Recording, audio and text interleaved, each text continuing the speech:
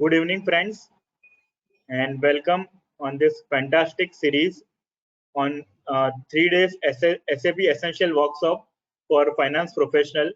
And its entire structure made by CMA Jayesh Desai sir. Sir is an expert in valuation, analytics, and SAP as well. For inaugural session, we proudly say that we are very happy to have Arshad Deshpande sir, Chairman WRC of Institute of Cost Account of India. We very thankful to you, sir, for your gracious presence here. Thank you so much for accepting our invitation, sir. First, before we start, I would like to start the session with a virtual inauguration with the worthy hands of CMA Arshad Deshpande sir. We'll play a small video of a virtual lamp lighting.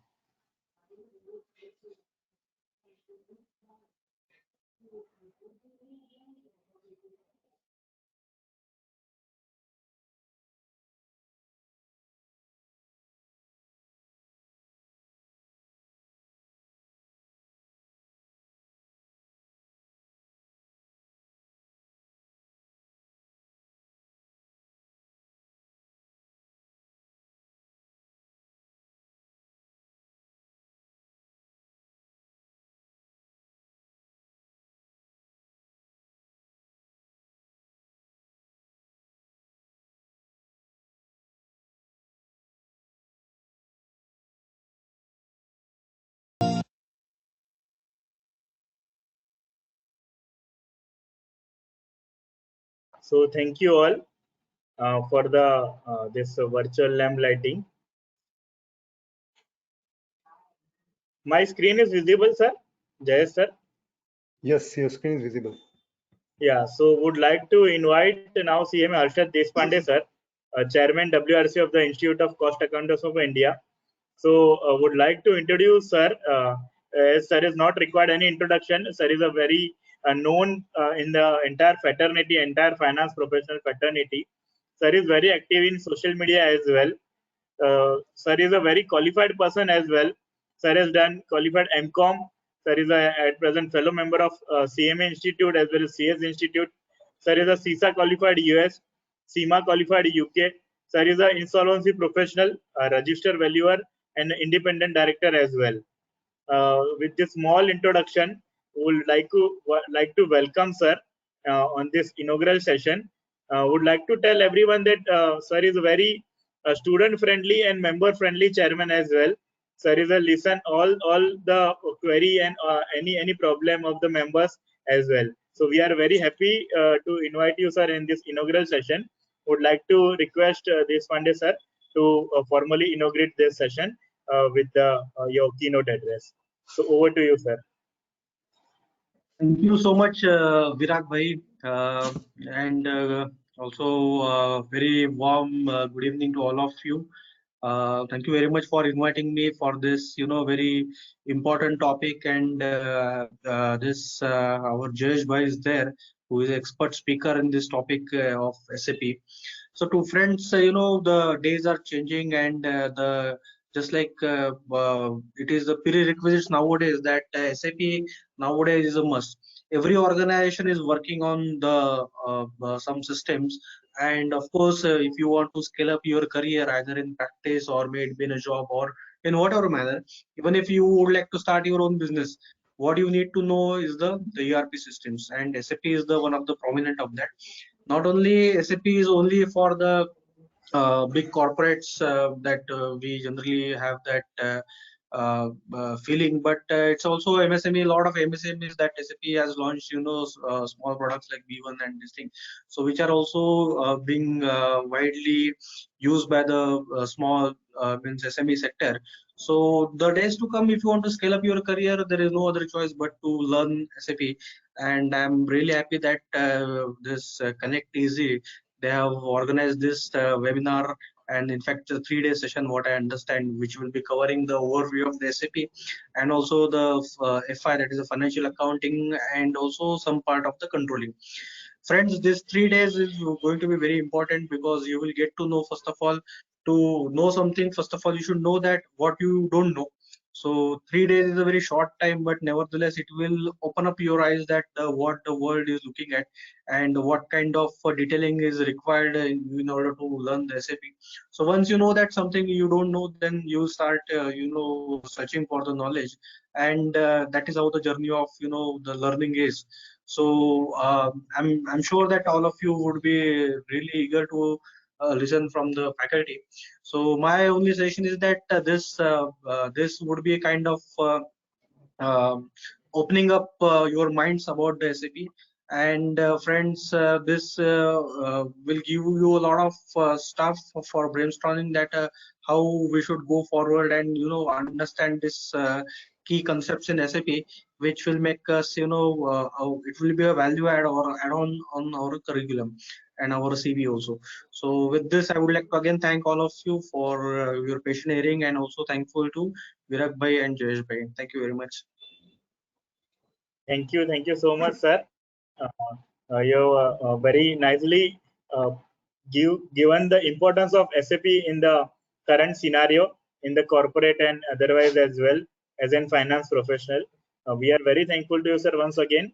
You have accepted our invitation and would like to say that WRC is doing wonderful, sir, in your leadership, in your chairmanship, sir. We are all very happy, sir, and thank you so much once again, sir. Thank you. And uh, now would like to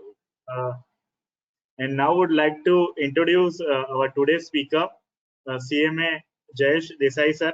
Sir is a fellow member at Institute of Cost Accountant of India. Sir is also a, uh, registered valuer as well. Sir's specialization area is business valuation, financial modeling, SAP, FICO, consulting and training, product costing, profitability, and pricing analytics as well. Sir has successfully completed valuation and financial modeling assignment for several startups working on blockchain, AI, data analytics, many gaming platforms as well, e-commerce and other technology as well. Sir has successfully completed several assignments in product costing, pricing, profitability, uh, analytics, and SAP FICO consulting. Sir has been a FICO trainer with Institute of Cost Accountants of India as well. Sir has over 25 plus experience in a corporate working with large MNCs and Indian corporate in finance, controlling, SAP implementation, data analytics, strategic leadership, leading global teams and business transformation project as well. Sir is a registered valuer, a fellow member of Institute of Cost Accountant, and a completed cost graduate program from UCLL in 2016, and successfully completed a certified as PMP in 2011, CISA in 2003, and CIA in 2001. So with this brief introduction, we welcome you, sir, and would like to request you to take the proceeding ahead, sir. Thank you so much, sir. Yeah. Thanks, Virag, for a beautiful, such a thorough introduction, and also providing me an opportunity on this platform. And thanks, Hasad ji, for providing such a very relevant beginning to this session. You actually really pointed out how much technology is relevant for all of us. And for finance professional, we are all under pressure to learn new things, whether it was starting from IFRS or Ind AS and then moved into GST. And so things are all coming up. Data analytics is now so much important for us, and SAP has been there for the last 20 years, but now it is can become very important for finance professionals. So we as finance professionals are like overloaded, from a learning perspective. Like we've never before, 5 years back, perhaps we did not have to focus so much on learning and development as we have to do now. Okay, so now how Right, can I sir. share my screen? Sir, we can see your screen. Just do a full screen F5 slideshow mode. So you can see my screen now, no? Yes, sir. Yes, sir. Okay, fantastic. Sir, Yeah, and all the participants, thanks a lot.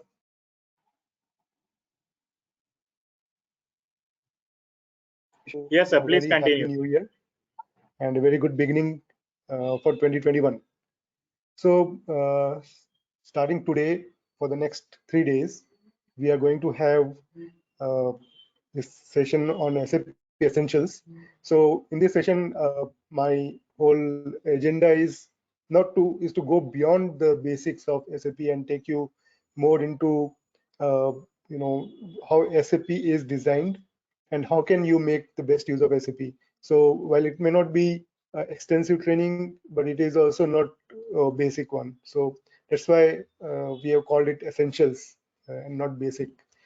So today we are going to have an overview of SAP, followed by FI and CO in the next two sessions. So, Virag has already provided so much of information about my profile. I won't spend much time on this and move forward so that we can come to our main course. So today we are going to have understanding of SAP and then talk about some other aspect relating to design. So on the lines of what Harshad ji just said, why technology is important for finance professionals. So there's a trend for last over a decade now, where the consumerism has been rising, and if you even look at our own household, you will see the kind of spending that we were doing on goods beyond our necessity. And then the choices that we have increased. You take up any food product, take up any clothing, look at the choice in the scooters and cars. So look at any product, mobile phones. So we have so much of competitive choices, and these all are important determinant for a company because it determines their demand for product. Preferences and loyalty have been changing rapidly. Earlier, people used to, consume a product for last over a decade for one company before they think of switching over. In fact, they would consume for over life. In my generation also, people say, I've been using this particular toothpaste or this particular food product for since my childhood days. But it is no more true because consumers are now changing their loyalty very fast, and that's a very important trend. And consumers are growing tech savvy. So along with the competitive choices and changing loyalty, you'll see consumers now on WhatsApp, Twitter, having the latest gadgets. All this technology 10 years back was only with the corporate world, but now those technologies in the hands of consumers. In fact, consumers have a much high-tech uh, gadgets in their hands. Many times corporates may not have those gadgets. So consumers are tech savvy. Mobile has revolutionized consumerism like never before. All the apps you see, you can buy anything on the app. You can do your banking on the app. So everything is on the app now. So these two things have a major impact on the corporate world because now they cannot be complacent with their product. They will have to keep innovating, keep evolving their products. They will also have to make sure that they are tech savvy. Then only they can meet the requirements or the expectation of a tech savvy consumer, which is why every company have to go back and work on how can they make themselves more tech savvy so they can connect with the consumers better. So all the companies now, they are on the Twitter or on the Facebook, and that's where they are having what they call it digital presence. Now the physical presence is not as much important as the digital presence is. So all this is impacting the corporate world, and they are becoming more competitive. They are focusing more on automation, reducing their cost in their supply chain, in their demand chain, in their back offices. Corona perhaps was like the last nail in the coffin, which was a reckoning call for all those corporate who were still thinking whether to invest or not. But now there is no more choice. So the impact is if you have to survive in this stiff competition in this open market and serve the tech-savvy consumers, corporate have to adopt technology. And if we, as a professional, as a professional employee or as a professional consultant are working with those companies, then those companies also expect us to be equally tech savvy. And that's where the whole context falls, whether you look at data analytics or, the ERP, all this is getting important because of all the trends that I have just spoken. I just spent few minutes of the time so that I can build a context around why we should learn technology. Of course, now it is given. It is no more a choice for us. It is a given that we have to learn technology as a finance professional. Now, what is SAP? So obviously, it is known fact that it is an ERP and it is a German product and all that is quite known. What is more important here is that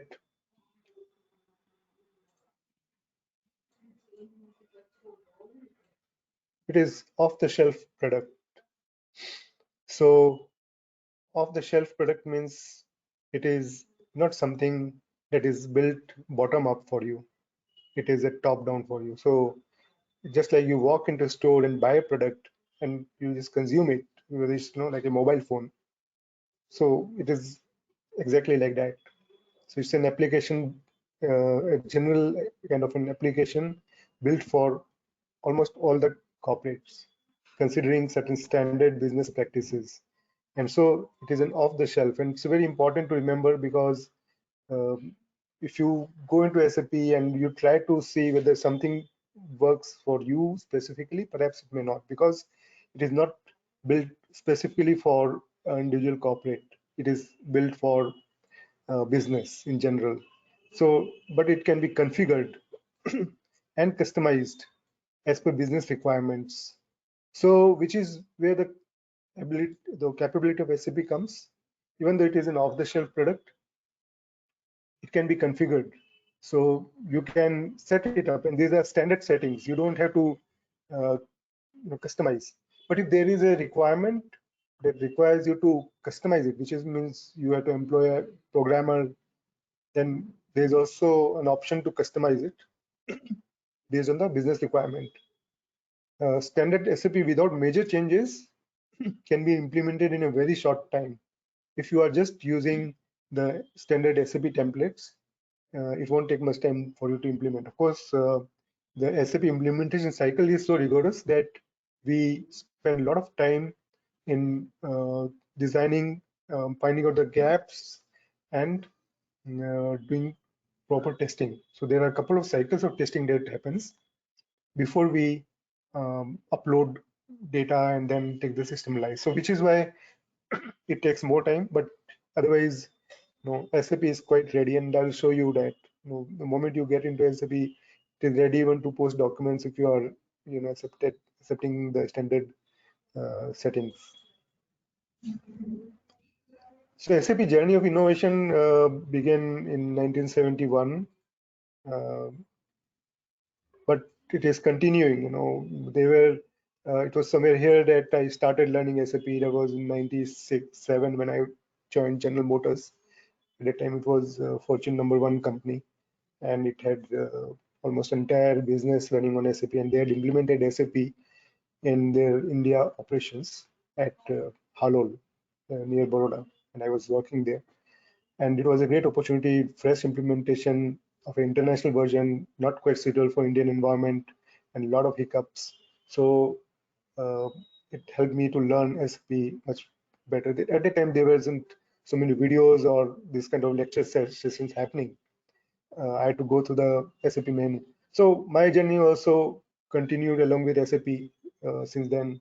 Gone through so many products of SAP. Started from 3.0F, and then ECC, and then now into HANA. So HANA is a big transformation for SAP. It's a big boost, and we'll touch base upon it as we go further. And HANA has also evolved over last almost, I can say, 9 years, from a simple in-memory platform to a complete suite of ERP. It has that is called the S/4HANA. So HANA is an appliance, so which has a storage which is a database processor that is optimized for performance based on the storage in the database. And then there are certain benefits which arises because of this. It is the simplest way you can understand this. What is the difference in HANA storage versus the non-HANA?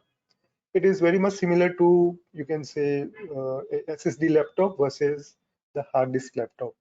So in the hard disk laptop, there is a spinning disk that rotates at almost 5,500 to 7,500 RPM. Whereas in SSD laptop, there is no rotating disk. And if you have experienced both this laptop, there's perhaps almost 10 times difference in the speed at which the SSD works compared to the disk one. Very fast and response is very fast for SSD. It's exactly the same. In case of HANA, there's no more spinning disk. In the best of the server, the disk used to rotate at 15,000 RPM, and that was a big constraint for developing programs that can deliver good, analytics or a quick or can do very high, very demanding processing. Whereas HANA uses the RAM and the in memory, which is the RAM, and the SSD kind of storage, and the data compression is 11 times compared to the spinning hard disk, and this reduces the storage space considerably and also increases the speed. And the second aspect is the database. You can think of database like an Excel file, so which has the rows and columns, and that was a traditional database. So when you have to write in a row and column, it is fine, but if you have to retrieve data from a rows and column, it goes by rows and columns, so it takes more time. Whereas the SAP database is a columnar, so it is like straight that the system has to go, the program has to go and fetch the data, and this is much faster compared to a columnar database. And so memory reads are faster by 1 million times than conventional database hard disk. So that is the kind of difference you see between HANA and the non-HANA appliances. Processor, parallel processing, multi-core CPU architecture, distributed environment, more technical terms, but the bottom line is that the earlier processors were designed for hard disk and for a columnar database. But this processor is now designed for to work with in-memory technology with SSD kind of storage and columnar devices. So it is much more faster in its speed. Now the implications of HANA and the non-HANA. So in the non-HANA environment, because of all the restrictions that I've talked about here, it is not possible to run a huge report directly in the system, because then it will slow down the transaction processing, which is why the design was you have a transaction processing box and then you also have a analytics processing box where you will process the analysis. There will be an overnight job that will run and it will fetch data from transaction processing system and bring it in the analytics processing box. This is called OLTP and OLAP. And anytime you run reports from the analytics box, there'll be a gap of 12 hours to 24 hours because it all depends on the time data was fetched. Now with HANA, the difference of the OLAP and OLTP is gone because it is so fast, and because of the storage, in the storage database and processor, you don't really need the two boxes. You can do from OLTP. Of course, there are large companies that now they also have business warehouse, but that is a different use case. In normal use case, you may not need really. So that is one advantage of having HANA. And then the data model, which was behind the scene, has been simplified. Earlier, Like there were 40 tables for metals master, there were sort of dozen tables for finance. All these have now been reduced to just few tables in HANA. This is because now the storage and database innovation allows SAP to restructure or to simplify the database model. All this has its impact, and all this has innovation has led to S4HANA. So S4HANA is an ERP on the HANA plans. Okay, so it leverages the memory innovation and the database innovation and the process innovation of HANA to deliver a better product. So if you look at S4HANA, it has a very simplified database structure, data model, very few tables compared to the earlier tables. And also SAP has been able to build applications much better compared to earlier because of now we are able to overcome the constraint. Okay, so slightly more on now SAP technology. The SAP is a 3-layer one system. So what is that? So there are 1 tier, 2 tier, and 3 tier kind of configuration in application designing. 1 tier you can think of like, if you have got Microsoft Word, PowerPoint on your desktop, so it is stored on your desktop and you are also working on it from the desktop. So it is a one tier where your application, database, everything is there on your desktop. So that is this. Then came the 2-tier configuration where you will have a server. Your laptop, your desktop gets connected to the server. So there is a client, which is the presentation layer, and then there's a database to which it is connected. Now, because of the development in applications, it required that we split these 2 into 3 so that it just is a better architecture. It speeds up. It can apply the application logic better. So now we have this 3-tier configuration where you have got a thin client. In SAP, we call it GUI, graphical user interface. And I'll show you this when I log into SAP. Okay, this is called graphical user interface. And then you've got an application server that has got logic built for application processing. When I say application processing, for example, if you're entering an invoice, so what kind of logic will need to be applied on that invoice is part of the application layer. And then finally, after being processed from application, it sits in the database. Okay, so this is how it is a 3-layer.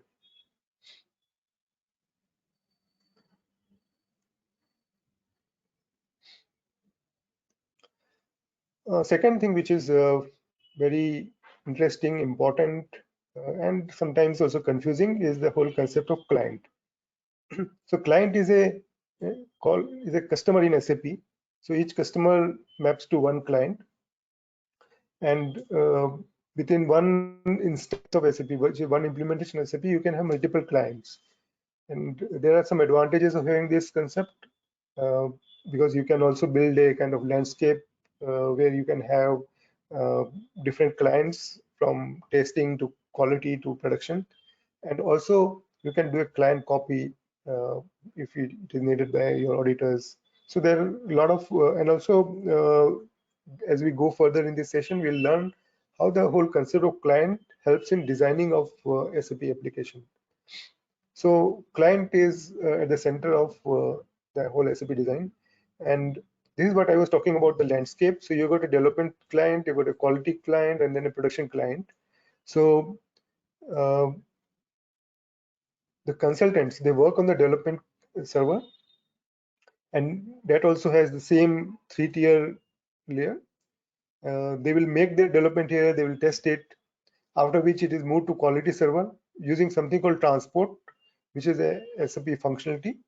So it is transported to the quality server. In the quality server, the business user will test and check whether the development has happened correctly and it meets their requirement.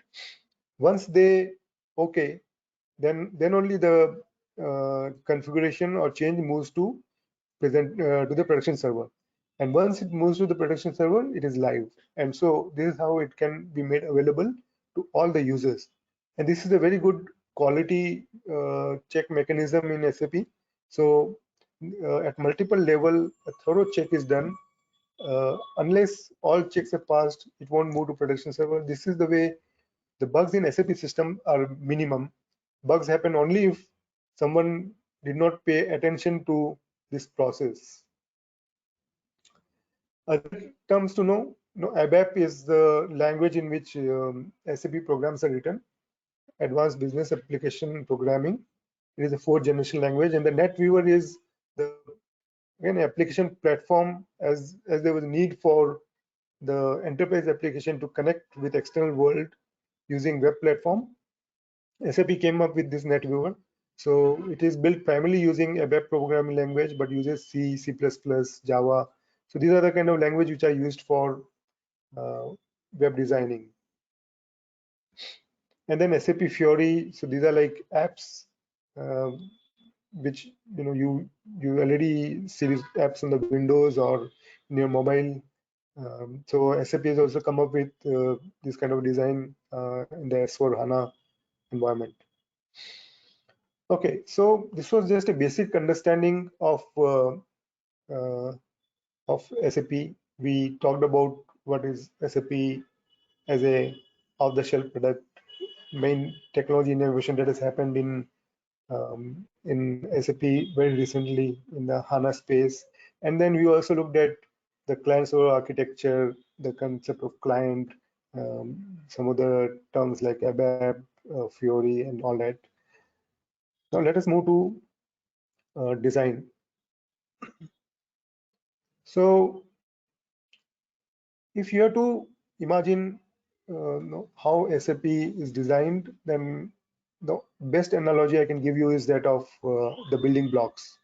So I'm sure all of you have played with the Lego toys or the building blocks to build, houses or other structure. And using these blocks, you can build a variety of objects. Maybe if it is house, then house in different shapes. So SAP is also very similar, even though it is an off-the-shelf product. It comes in so many kind of pieces, which of course I'm just helping you to understand it. That's why I'm calling it pieces. But you can basically configure it depending upon the variety of industry and businesses. So that is where I'm calling it Lego block kind of a design, where you can set up your system the way you want.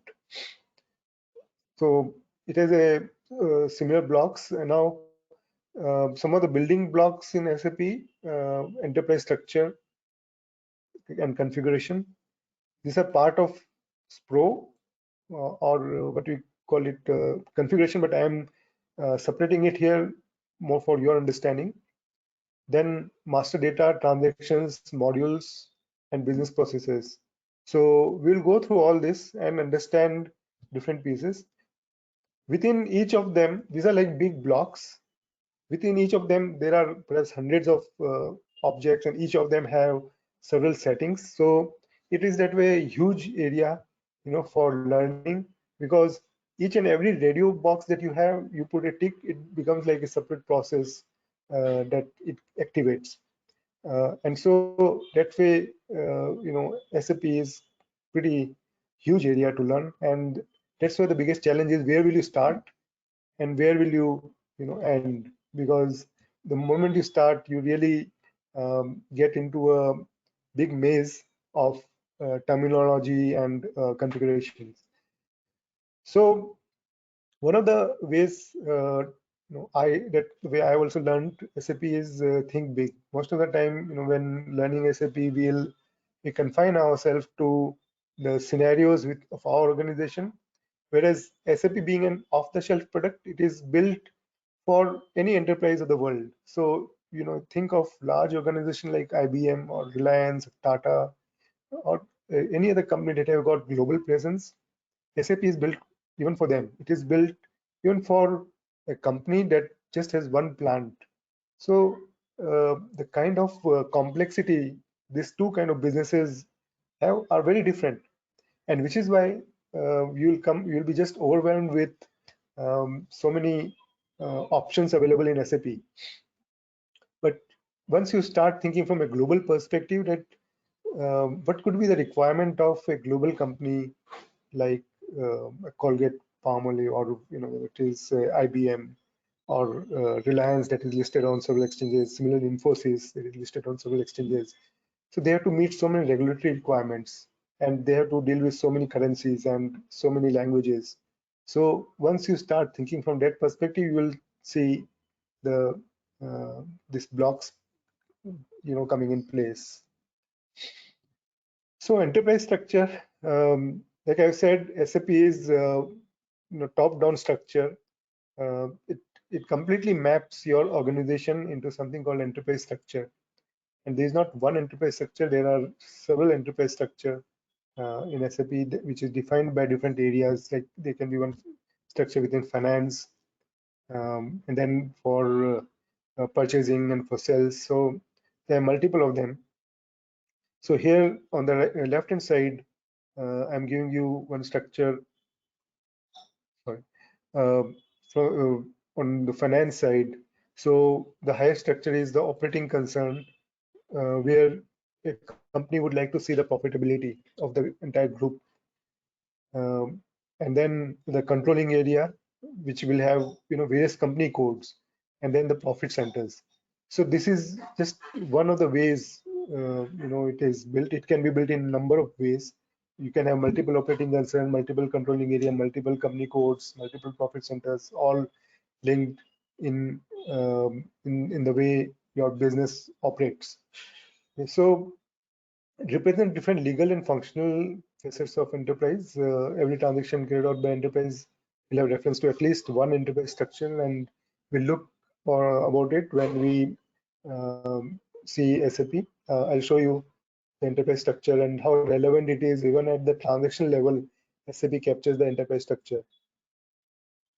This will really help you understand a global organization and how it is configured in SAP. So think of IDAS as a global organization that has operations in Europe and America, and it may have operation in other countries as well, maybe Latin America or Southeast Asia, China. In Europe, they have got a company code in Germany and France. Within Germany, they have got different plants, France, Hamburg, and all this, and Berlin, Hamburg, and sorry, not France, but Frankfurt. And then they're manufacturing pumps, paints, and pharma. So that becomes a division. This is the sales organization. And then there are employees who becomes positions. So each of this is an enterprise structure which is defined in SAP to the finest level, where you have got a plant, in Hamburg, okay, and now that plant has material, a storage location, and now that storage location will have a material, okay, a raw material, maybe steel rods, for example, okay. Now any movement in that steel rods will be captured as a transaction, and then it can be viewed at any level of this organization. It doesn't matter how small the transaction is, it doesn't matter which part of the world the transaction is happening, so long as the organization is on SAP, it is able to capture all those movements till this highest level at which the results gets consolidated and the profitability is seen by different regions, different products, different countries, by different customer groups. So this is how, using enterprise structure, SAP will capture the transactions from the ground level, and it will then take it upward without losing any level of detail. So from this level also, you should be able to see the transaction at this level. That is the level of detail that SAP retains from the top to bottom. Now the configuration. So in SAP, we'll call it IMG or the implementation guide, and for everything in SAP, there is a transaction code. For this, the transaction code is SPRO.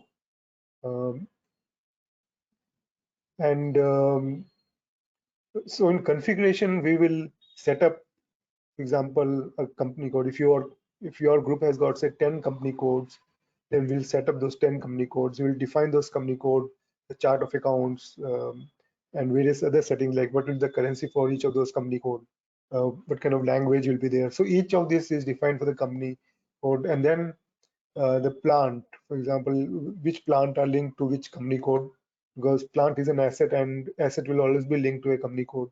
So this is all that is defined in the configuration.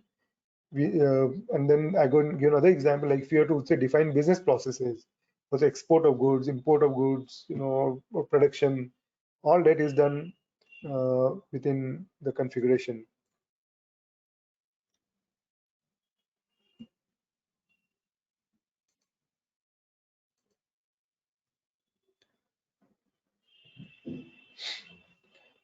Master data is what we all know about it. It's like data for the customer, vendor, material, bill of material, routing, cost center, general ledger. These are, master data in SAP as well. And SAP has got various settings in each of these master data that controls the transactions. So the control of transactions happen at the transaction level, plus the master data, then the configuration and enterprise level. So at multiple level, a transaction is controlled.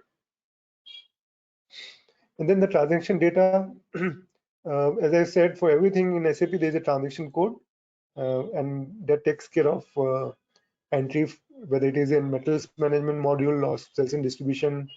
So everything is controlled using those transaction code. And every instance of a transaction data will be different from one another. Each and every transaction data is unique in the sense that there is a unique number, a document number that is allocated to all the transaction that happens, and that cannot be deleted in SAP system. It can be modified. Only few fields can be modified, and that's a beautiful control that SAP has. So it's very difficult to delete any data that is posted in SAP. Transaction reference to one another, and so each and every transaction data, like I've said, is linked to master data, to configuration, to enterprise structure, and there's a document for each and every transaction uniquely identifying it. And also this transaction are linked to each other. So your finance posting that has come from sales, for example, your customer is debited and revenue is credited.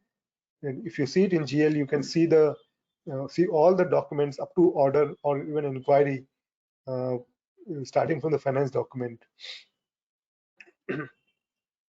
So that was a brief about the design. Now we'll focus on various modules which are in SAP.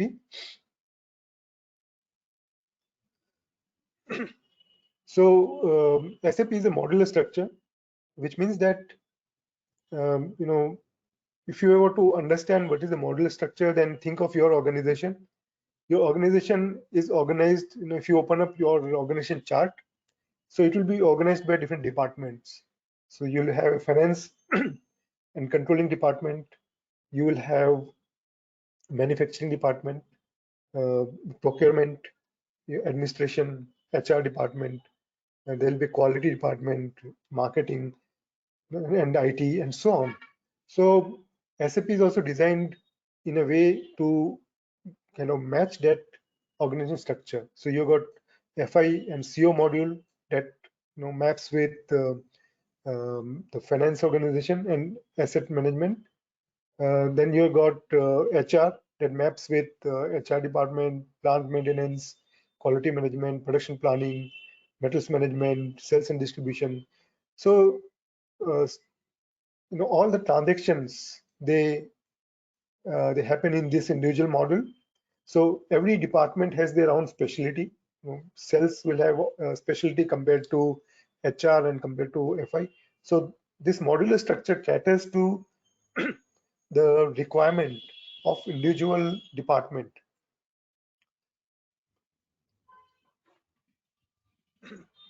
So now understanding the SAP, the modular structure better. So broadly, it is divided into these three areas: accounting, logistics, and human resources. Accounting will have financial accounting, controlling, project systems, strategic enterprise management, investment management, real estate management. And in logistics, you got metals management, sales, production. Now, almost everything that is outside finance and accounting falls under logistics, and excluding the human resources. So uh, everything else is in logistics, which is not there in accounting or in human resources. So very neatly organized into these three areas.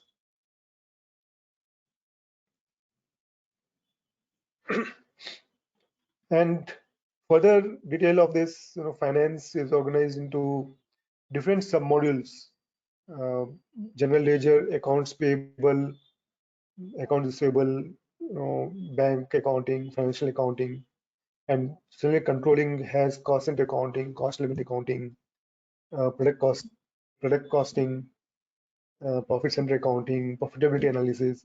So, and the general ledger has all the accounts which is used for preparing the financial statement. So your financial statement, whether it is for your US GAAP requirement or a local GAAP requirement, for your income tax, for your cost audit purpose, can be delivered from the general ledger. So GL then meets all the reporting needs, and it can be posted directly, or it can also be integrated with other modules like sales, metals, and production. So like I've said, every metal movement, whether even a piece of rod that moves, gets registered, gets recorded as a transaction, and that transaction then can be seen across the organization. And in every transaction that has a monetary implications, for example, that rod was sold or it was sent to the customer, uh, then that has a financial implications. So a financial posting will be automatically passed. And we'll look at this more as we go forward. So there are reconciliation account for payable and receivables, so that the payable and receivable are auto reconciled with GL. So accounts payable is a submodule, and every vendor will have an account uh, created in accounts payable, and each vendor will have a reconciliation account, uh, and this is how the vendor gets connected to GL. So every time you make a posting in GL, posting in an vendor account, it gets updated in GL. And this is how GL at any point in time is updated and can give you a financial statement. Similarly, in FIER, the same way, all your customers, they are linked to GL via a reconciliation account, and the transactions are including like invoice posting and credit memo and down payments, invoice payment, all that happens in the accounts receivable module, and the impact of that is reported or is recorded in the GL. And then the asset accounting, again, it is a submodule which manages all the assets within the company. So each and every asset is defined in the asset master. Of course, there are functionality within asset master on how can you manage multiple assets of the same kind that you can do. Each and every, each of these asset is then linked to GL via account determination. So every time there is a transaction in this asset, whether asset is purchased or asset is retired or it is scrapped, the transaction is posted in GL. And this is how the asset accounting and GL, they are in sync. And if you have to draw out any report from GL, all the movement that have happened in asset are captured in GL. Now, there are different legal reporting requirements within asset accounting. For example, in Income Tax Act, you have a different depreciation concept compared to Companies Act. So a block of asset concept in case of Income Tax Act, whereas in Companies Act, you don't require that. There are different ways it has been classified. So all that is met in asset accounting. So controlling provides the information for management decision. That's a big difference between FI and controlling. So while in FI, you have all the information coming from the organization, even a material movement that has happened in any plant of the world, the information is captured in GL. Then why will you need a separate controlling module if every information is captured to the finest level? You really don't need the controlling module. But then here is the difference. In financial accounting, you are capturing every movement at the account level. For example, you have travel expense. So you got, say, different departments, and there are several employees who are traveling regularly. And for all of them, when the expense report comes, you are debiting the travel expense and crediting the employee account, and you are paying the employee. So your travel expense account is debited by expense reports from all the department.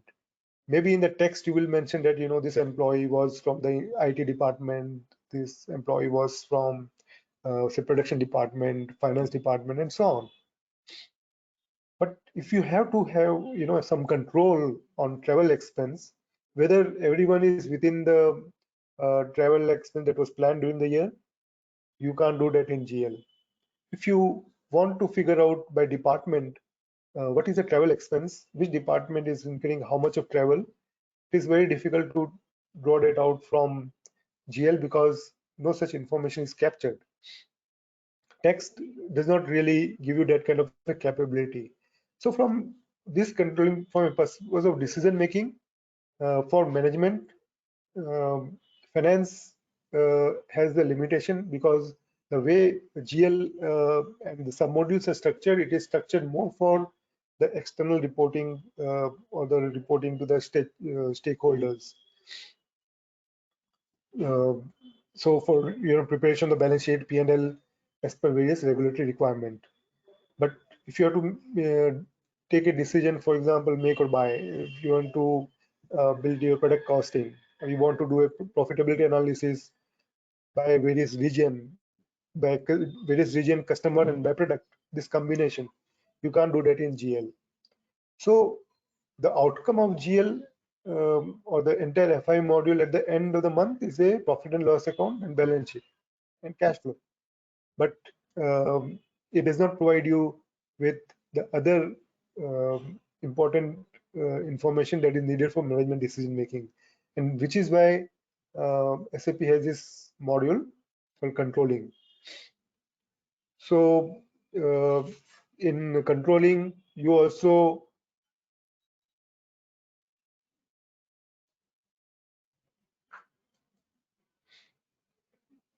you also calculate the cost of sales, and this is how you relate revenue with the cost of sales.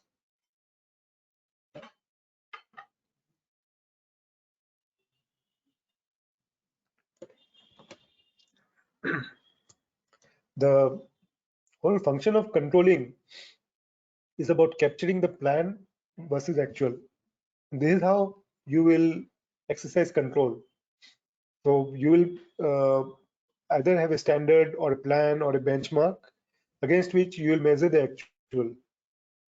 Okay, and that is where the major features of controlling comes in.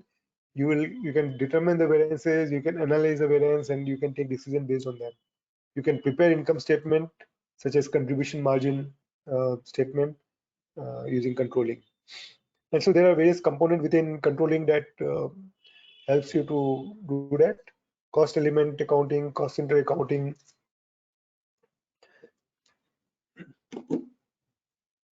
internal orders. So cost center accounting in your organization there are responsibility areas.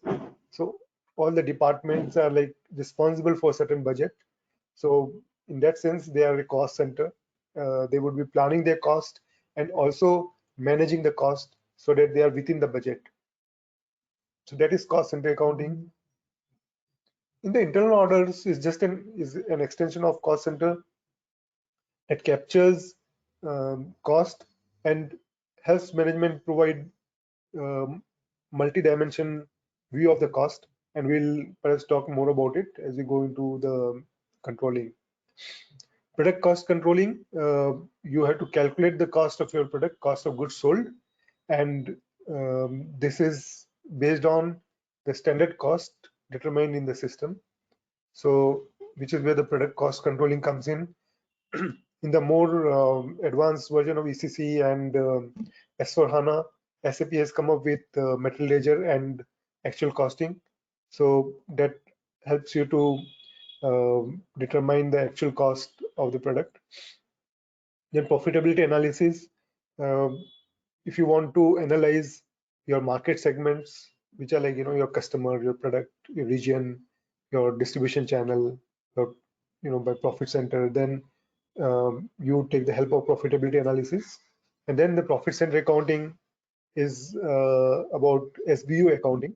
So in your company, you may have several divisions. Each of them may be like an SBU or that are responsible to deliver certain ROI, and which is where the profit center accounting plays a role. Now, coming out of this FICO, we move into metals management. So metals management is all about movement of material in any product-based organization that manufactures a product. A lot of movements happens with material, and a big part of the cost is incurred in material, and which is where the metals management module helps. So you can have your purchase requisition made, your purchase order. When you receive the material, you will have a good receipt done, and then you will also have a invoice verification done in finance. So that all process is there in the metals management. It has various movement types that will capture whether the movement is for the good receipt, for good issue. You may have issued the goods for production or for subcontract work or for scrap. So all this is recorded distinctly so that business transactions can be better analyzed. And then the valuation, for the purpose of balance sheet, you need to value all the material which are in various plants in your company. So that is where the valuation is done in metals management. Metals requirement planning is helps you to determine how much of material you should order based on the demand that has been captured in the system. And metal master is used by all the modules in SAP, whether it is MM, PP, SD, CO. Everywhere you will see the integration with metals master, and of course FI. And then sales and distribution is about the demand management from the customer. So like business partners, your sales inquiry, sales order, your billing, picking and tracking the shipment, billing document, and the credit management. So up to what point should we give credit to the customer? And I think finally the production planning module. So in production planning module, you got this bill of material, routing, work center, the metal master. So all that is needed for capturing the standard cost, for capturing the actual production that happens in the shop floor. The production planning is done based on the demand or the orders that are received. And then the demand management has two broad scenarios: make to stock and make to order. Make to stock is like FMCG companies, they follow the make to stock model where the goods are produced and stocked. Make to order scenario is more for project based companies or the companies that cater to the specific requirement of customer. They follow the make to order scenarios. And material requirements planning and the production order that captures whatever happens on the shop floor. Okay, so we have gone quite a bit. I think we have covered quite a lot in this journey. We started with understanding the SAP, we understood the design part, and we looked at various modules. So now we come to another important component within SAP, which is the business processes, and we'll cover just few of them. There can be a lot of different processes that can be defined in SAP, and all these processes can be integrated with the FICO module. So business process is what you also understand it like a chain of activities which has a definite beginning and a definite end with all the steps clearly defined. So for example, if you have received an inquiry, then and then the customer wants now to order the goods, then there is until the time the goods are delivered and the money is received, there is a sequence of steps that happens that is part of the business process. So a well-defined business process leads to lower cost, reduced risk, product safety, improved predictability, better customer satisfaction, and now because we spoke at the beginning that consumers have become tech savvy, business processes have become very important. They need to be very automated. Think of what happens at the back end in Amazon, where they receive several thousands of orders every minute. How robust that backend could be and the business processes could be, so they can deliver the product on time to all the consumers. So key processes in a business: procure to pay. So you procure the material and then you pay for that. The order to cash, plan to produce, and record to report.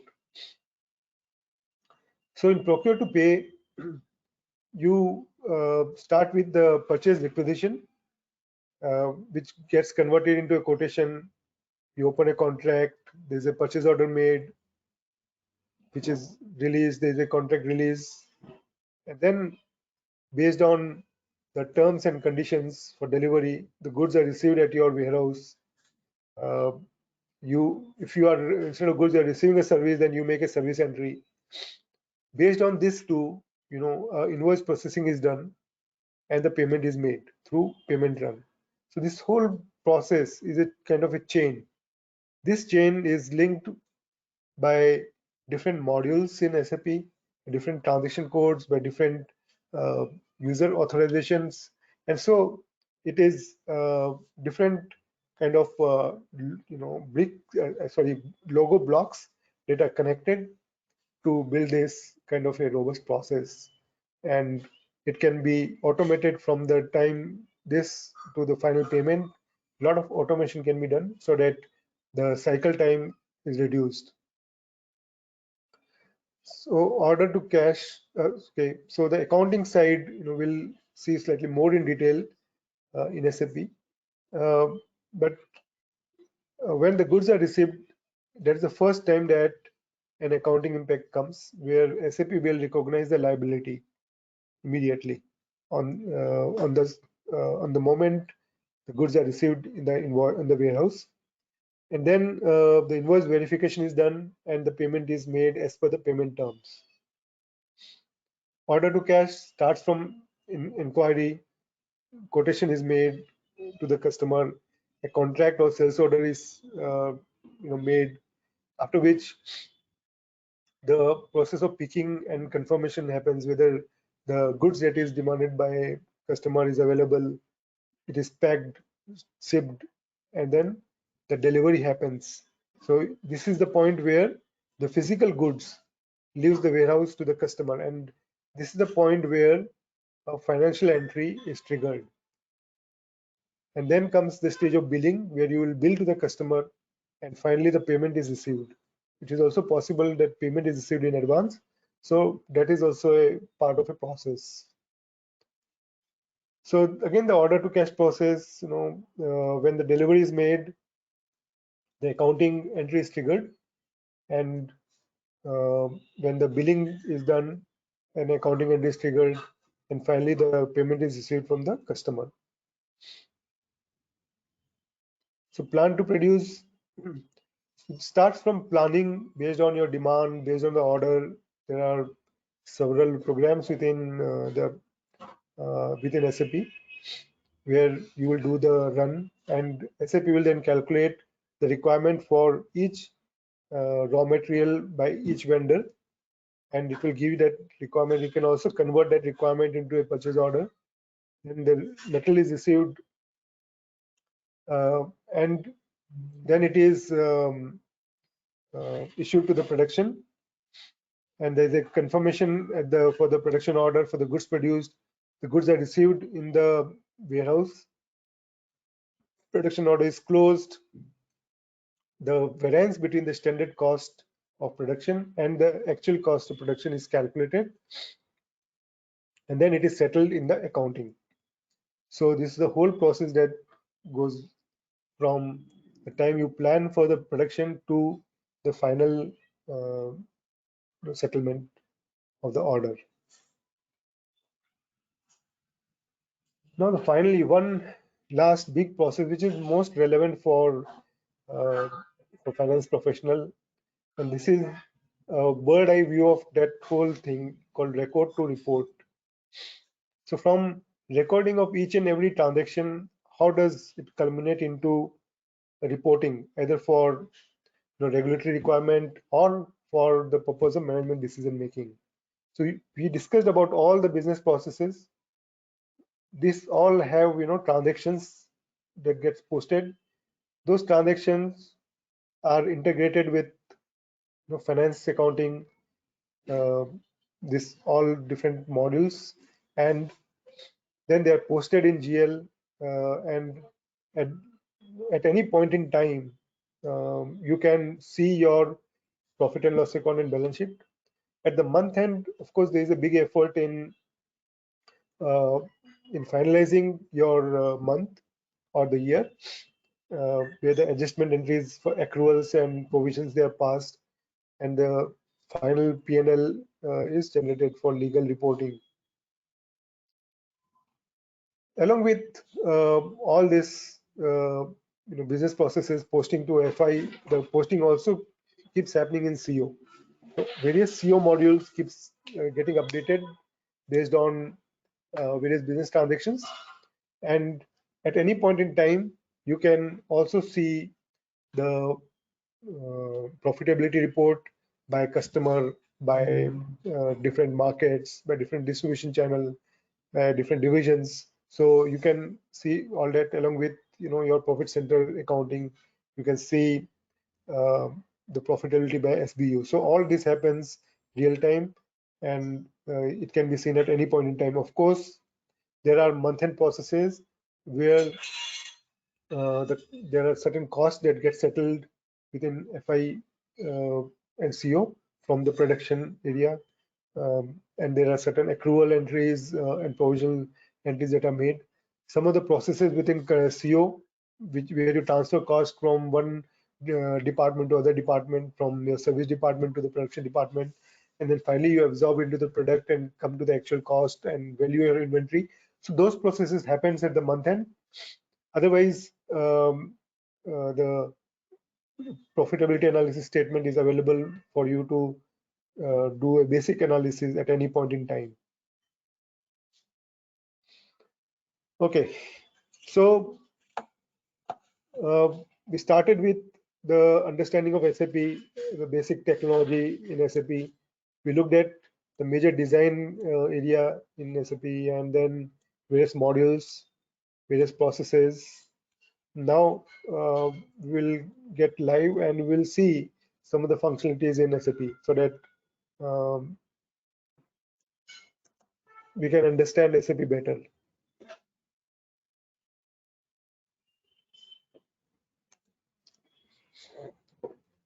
So the moment I click on the SAP icon here, it brings up a pop-up window which has all these server addresses. So each of them is a client, and I can log in based on my credentials. So when I click on login, it will now connect to the screen. It will require me to enter my user ID. If you see here, so we have this something called client. So I am logging into a client. The concept of client that we learned, and this client name is 800, and it is an IDS client. So IDS is a training server provided by SAP. It says that this is a ECC EHP8 system. So it is not S4HANA, but the version prior to S4HANA. And then the language is English. It can be also in other languages.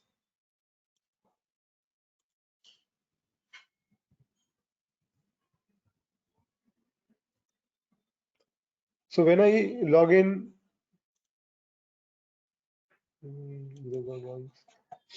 so when I log in, it's a very neatly designed screen. I have my favorites and this SAP menu on the left. On the right hand side bottom, there is a small tray which has the system name, the client, the user. This is my user ID, the transaction that I'm executing. So I'll keep this on. On this pan here, you've got some options like you can customize your SAP look and feel. You can change the color of the screen and do some of these. You can set up some parameters, how you want to see in SAP, that you can do. You have this new GUI window, so you can click on it and it will open up another window for you. And then these are the normal arrows for up and down. If you come to status, it gives you more detail about the system. So the database here is Microsoft SQL, and the name of the system, Honor, what is the operating system? It is Windows NT, the server name, okay, the product version. So if I click on it, gives me all the product that component that has been installed, and it gives me various versions of the product that has been installed. So this is EHP8. Okay, so it is given here, and support pack stack is 8. So support pack stack is like the versions of the product.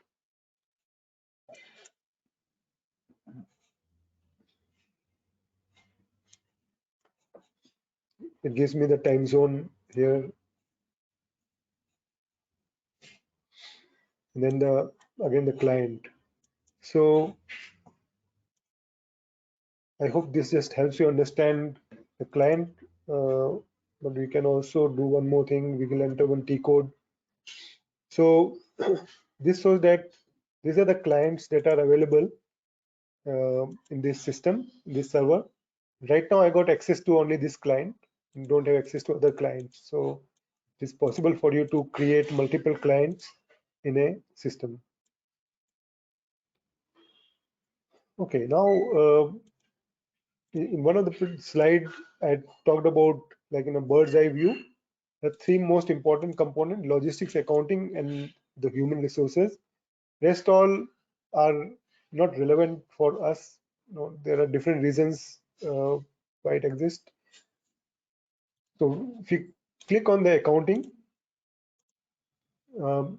this is like a tree structure. So you keep on expanding till the last point where you get the transaction. So this is the transaction code. Now you can access a transaction either by expanding the tree, or you can also use the screen here the box here and put the T code. So I will access this FB50 and I'll press enter. So it will bring me the screen. So that's the transaction screen.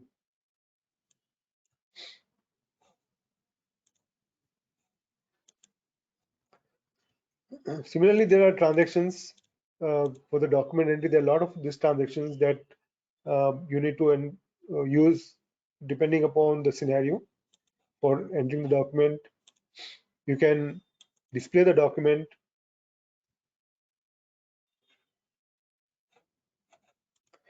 enter the document number, fiscal year, and you can see the document.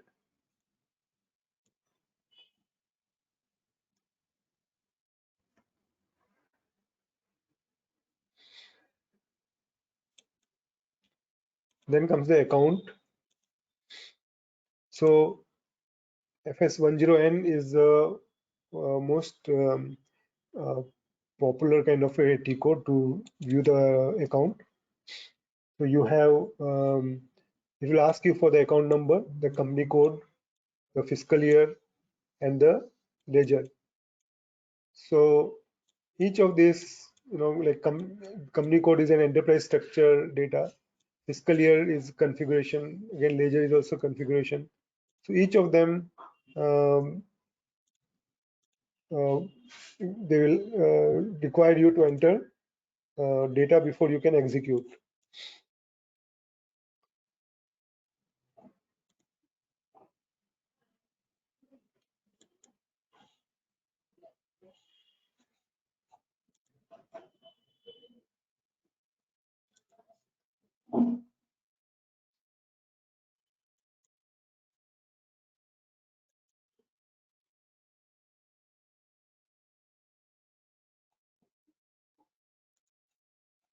I'm looking for specific account.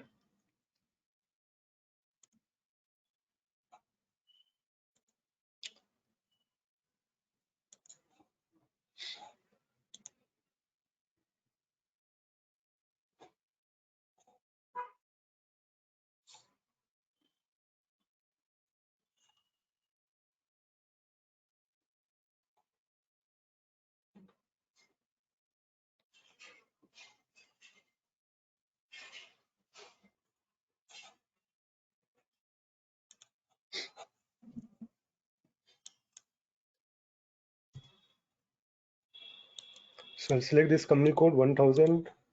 From here, I want to actually have this 1000 because this 1000 has got a lot of accounts with data. So I can pick up any account and see whether any transaction has been posted in this account.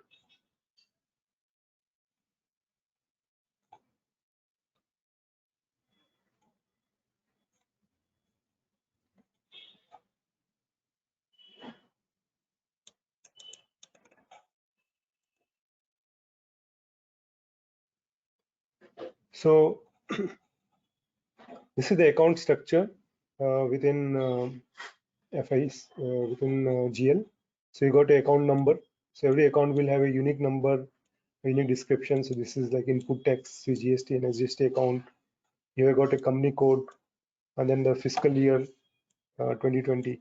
Then the debit, credit, and the balance. So with just one view, you can understand what kind of transactions have happened over the different periods in the year.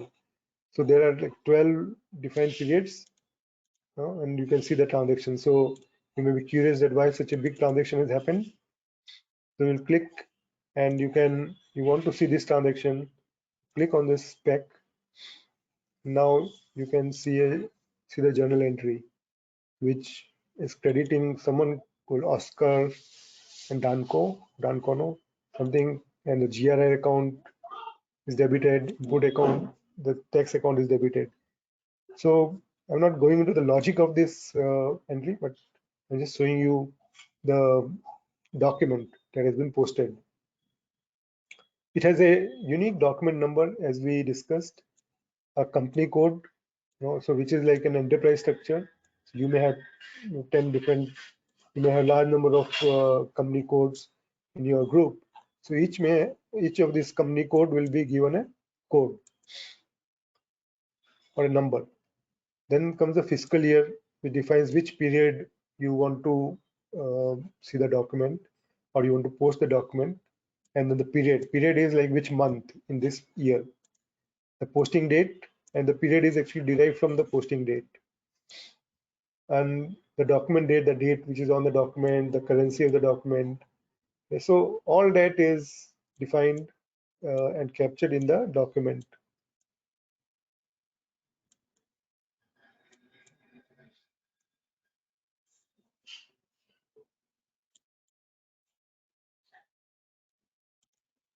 And we'll come back to this again. I just want to give you an overview before I get into more transactions. The master records, every GL account has a master. So another area which from a design perspective that is very important in SAP is that every transaction or records that are created, they are created at different levels, which I've shown you in that enterprise structure slide. And this enables you to centralize and decentralize your activity. This and also helps you to reuse the objects. So you don't have to create, for example, the same GL account again and again for all your company codes. So if you have got, say, a travel expense account and you want to use it across all the company codes, that you can do. So in this case of GL account, if you want to use, there's a centralized team that wants to create a GL account, they can use FS00. But if there is a team that only takes care of the accounts at chart of account level and the company code level account, they are created by the local team, then FSP0 and FSS0 can be used. So this is the way SAP can help you to also to cater to your different requirements. If I come to this centrally, I got this input GST, CGST account, and this the type and description is at the client, is at the chart of account level, which means that all your company code that are using this chart of account can make use of this account. So it defines a group for this account, whether it's a fixed assets or a liquid fund account or P&L account. And then this indicator says whether it is a GST account or a P&L account. Obviously, input tax is a balance sheet account, so it has been created as a balance sheet account. Then there are control data like defining the currency, the category of this account. This is an input tax account, so it's been created this category. So then SAP will exercise this kind of control on the transaction. So it will not allow an output tax to be entered in this account. So that is the kind of control it will exercise to this field. There are other settings in the master data where it will control the account. For example, you want to manage an account based on open item basis. Say certain accounts have a debit and credit which knocks off. For example, in case of good receipts, you have a liability created and then you have an invoice. So you'd like to knock it off and figure out how much is the open item. So if your liability is for say 1 CR, you would like to figure out which are the good receipts that make up this 1 CR. So then you will manage the account on open item management basis. And there are other settings like field status group, where you can define certain fields which are optional or they are required or it can be suppressed. So for example, if it is a expense account, then you would like say cost center to be required entry, then you can select it as a required. So it depends upon how you want to do this, design it, and then this can control the transaction that happens at the field level. So this is was the GL account. So in the general ledger, we looked at document and then account. We'll come to document entry in a while. Then there are different reports within GL. So you can see a financial statement.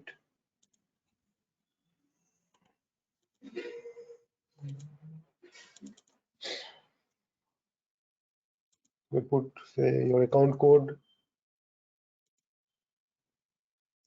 and you want to see for, let's say, 2012. I know there's more data in 2012.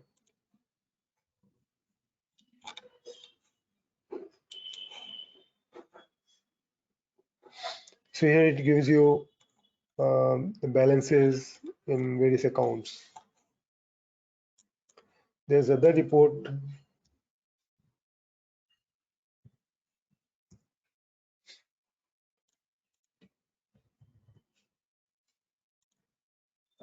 So this is the financial statement.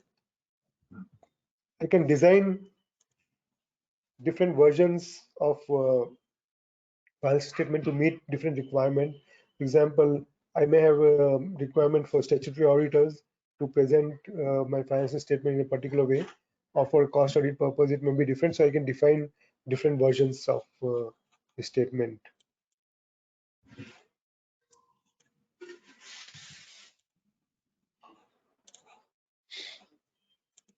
I'm just selecting some of the parameters. So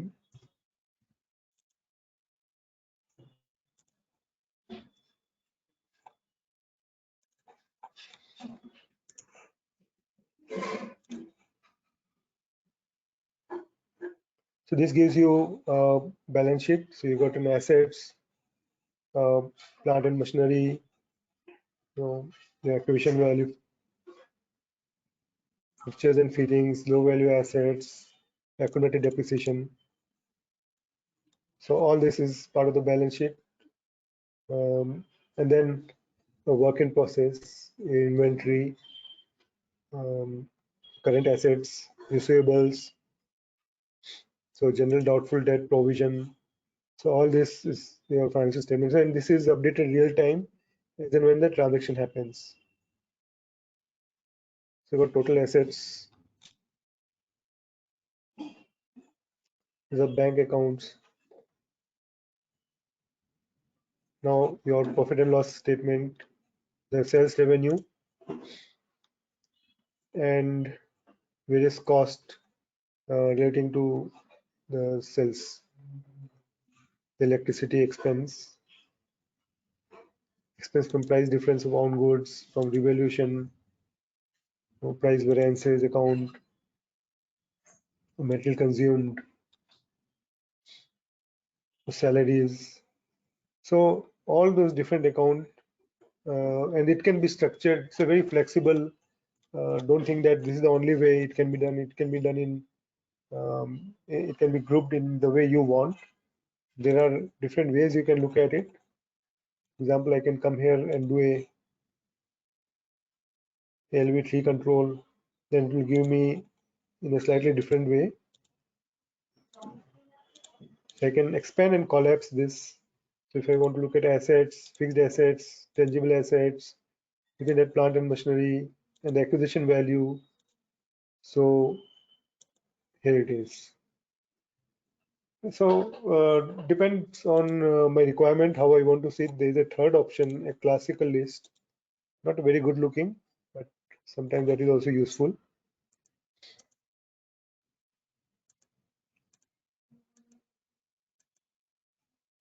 So you can select the reporting period. You can see the comparison. You can get the absolute difference. So this financial statement is ready at any point in time. And this selection means that you can you can take out this statement for any number of company codes together, any specific account that you want to select, you can do that.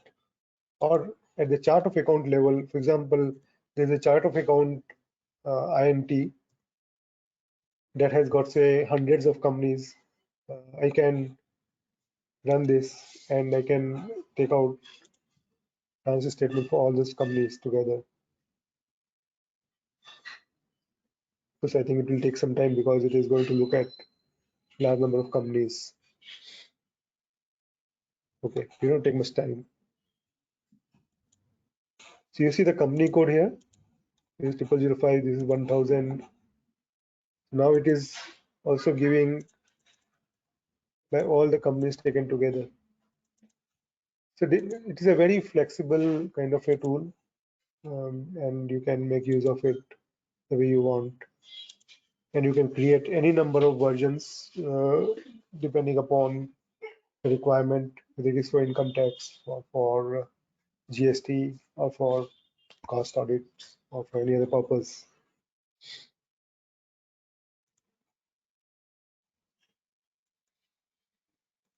Then the account receivable and accounts payable, like I said, these are the sub modules within the GL. So if I come to one of this account,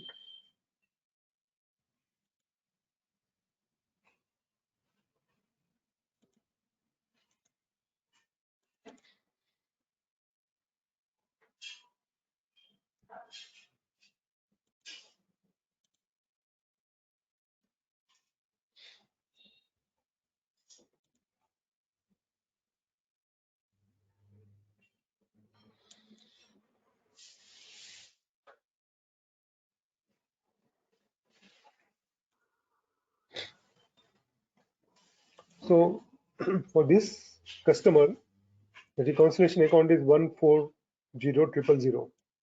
Okay, I can go into this account 140,000. It is a balance sheet account, quite obvious, because a customer reconciliation account has to be a balance sheet account. And if you come here, the reconciliation account for account type is customer. Okay, so this is how SAP controls customer, vendor, and asset account, which are sub-module, not within the GL, but the balance, but the transactions flow into this reconciliation account the moment any entry happens.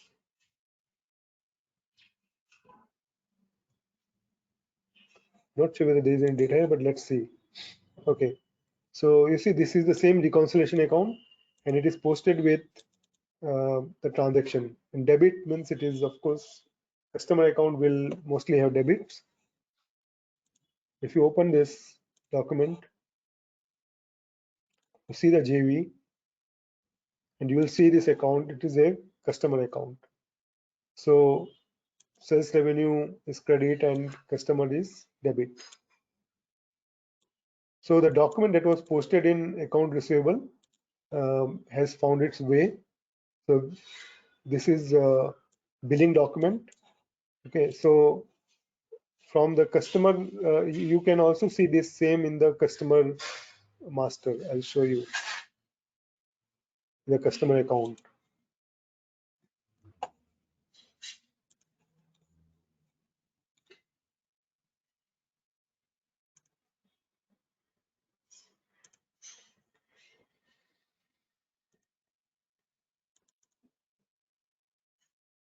So this is 1032 customer number and the posting period is 2012 and company code is 1000.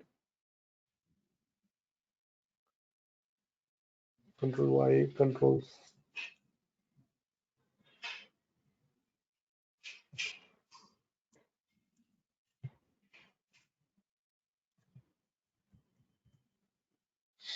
So company code 1000. So something like Institute for Umweltschutz, whatever German name is there, the same name.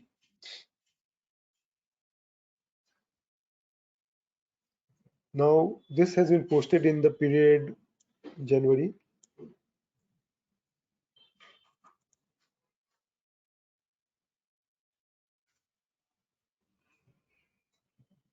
So 30,371. Okay, see the document number, and you see the document number here, same amount, same everything. So this is the account receivable, and this is the general ledger. And each and every entry that is posted in the account receivable gets posted in the general ledger, and this is why it is called reconciliation account, because it reconciles the account receivable and the customer in the account receivable with the account in GL. So it is at any point in time, it is always reconciled, always balanced, always equal. There can't be a situation where it is not equal unless someone is tampered with it, but it will always be equal. And there are controls around it. You just can't post directly to any reconciliation account, as it will not allow you. So all this is built around a process by which you can do a record to report much easily without waiting for finalization of account receivable.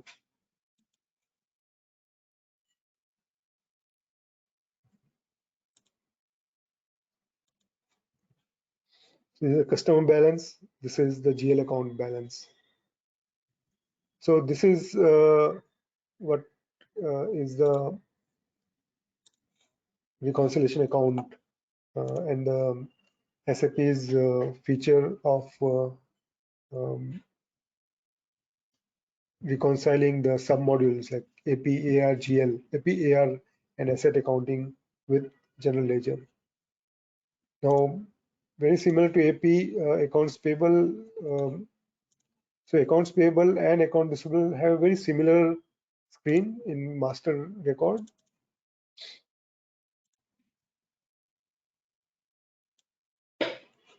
So this is like the address, and the same customer can then be used across the group. Yes, control data about the vendor, the bank data. Now this is the data which is specific to a company code. So for this customer, you can have the same customer detail in all the companies in your group, but within each company code, you may configure it differently in this area, which is called the company code data. So accounts management, so you can have a separate reconciliation account in different company codes defined. So all that can be done. The terms of payment may be different in different company codes.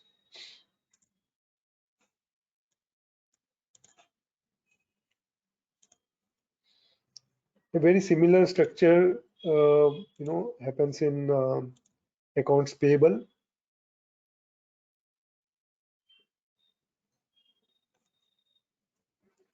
So you can go to a vendor account.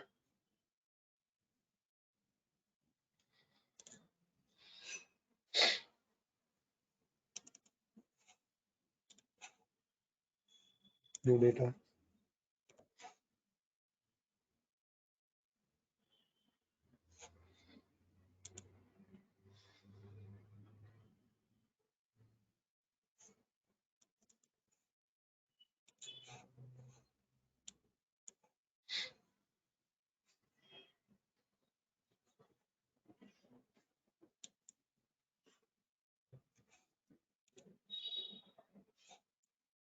Yeah, okay. Rahul is the name of the vendor, and it's a credit transaction because it must be a purchase.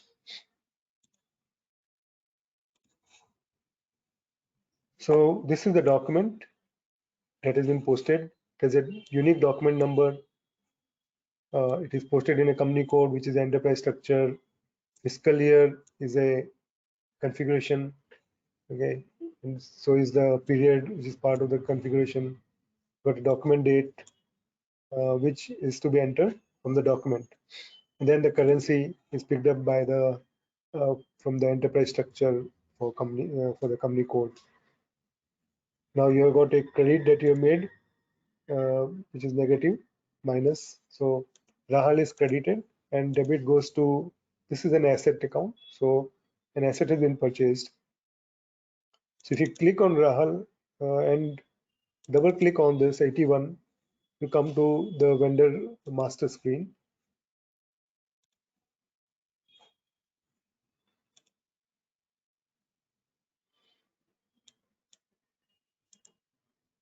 So you see the reconciliation account here, 160,000. Okay, so which means that every transaction in this vendor will post to this account. If we go to this account, so this is my GL, come to this account, I think this was 2015.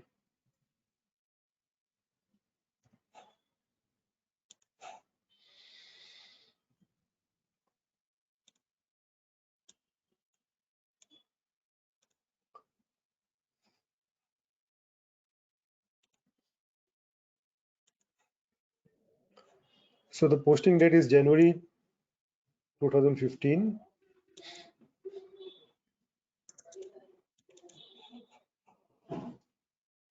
€25,000.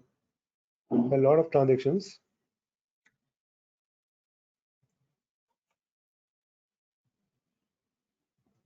Looks like this one. Yeah, 25,000. Document is 1/1/2015.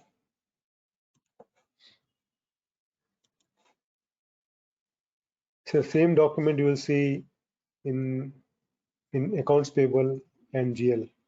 So basically, whatever is posted in the sub ledger gets automatically posted in the reconciliation account in the general ledger. So this is how Rahul will get posted to a reconciliation account, and the total of all the vendor in the accounts payable will tally with the balance in the reconciliation account. So it will always then balance.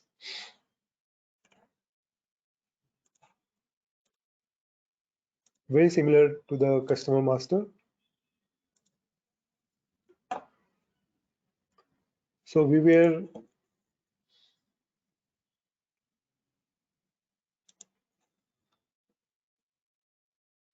have done this. Now the assets.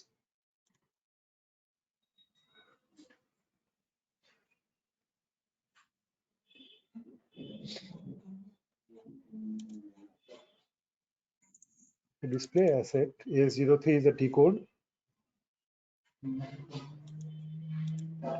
See if I can get this.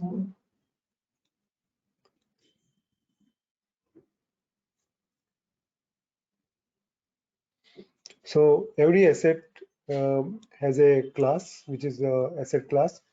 So asset class basically will help you to classify. Now this is vehicle in this boiler. This is because it's a sandbox, and so you don't trust the data.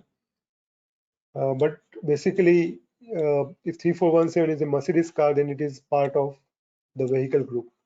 It is what asset class helps in classifying various assets into a category.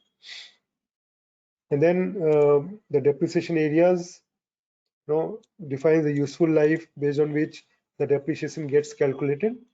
If you see, there's an option to even have different useful life and different depreciation key, which means the combination of these two will define the method, the rate of depreciation.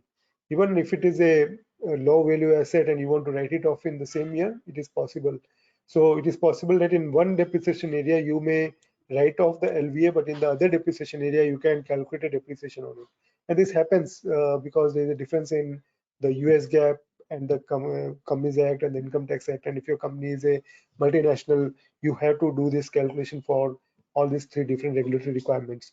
So this is where SAP does all the automatic calculations for different depreciation area.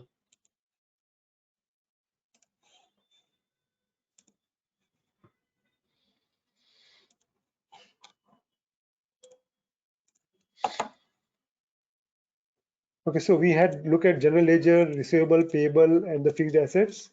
We'll also have a quick look at the controlling. So as I mentioned, controlling has the cost element accounting, cost center, internal orders, product cost, profitability, PC. These are 6 most widely used, most important sub-modules within controlling. So cost element is nothing but, you can say, a replica of your GL for those expense and revenue account that you would like to see in the controlling modules. Can be cost center accounting or profitability analysis. Then you will have to define them as the cost element. Remember, balance sheet is not defined as balance sheet accounts are not defined as a cost element. It is only the P&L account data defined as cost element. And the cost center, like I mentioned, is very much similar to your departments which track the cost or which manage the cost. So if you look at the hierarchy,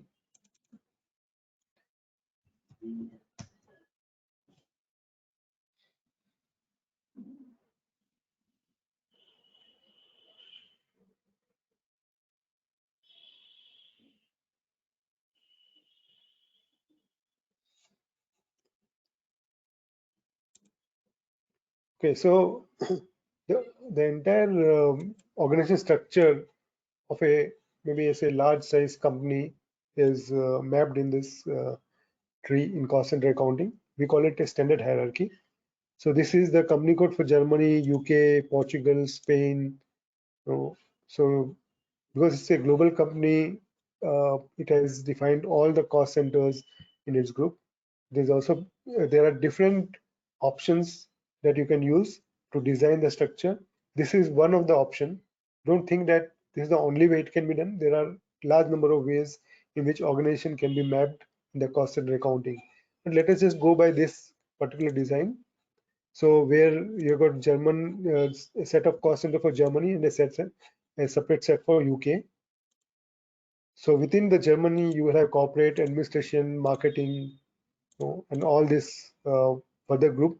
Within corporate, if you expand it, you'll have executive board and internal services. Let us look at the technical area. So technical area will have services, production, plant maintenance, so the production related department, supply chain kind of departments. If you open up the production, then you will have motorcycle production, motorcycle assembly, automation production, pump assembly. So all these different areas within production have been defined as a cost center. And the purpose is to collect the cost by each of this area. It can be the cost of wages. Could be the wages cost, the cafeteria cost, or can be the travel cost. So each of this can be captured at this level. So you can get down to in your designing the cost center, you can get down to whatever granular level you want. You can create any number of cost centers, but of course there are design considerations. You have to really do a thorough job in understanding what is your organization requirement, at what level you want to control the cost. Of course, there is a principle of materiality also you have to follow. A person cannot be made a department, a person cannot be made a cost center. So you have to figure out an appropriate level at which you will define this cost center. So again, for example, quality management has this quality assurance as the cost center.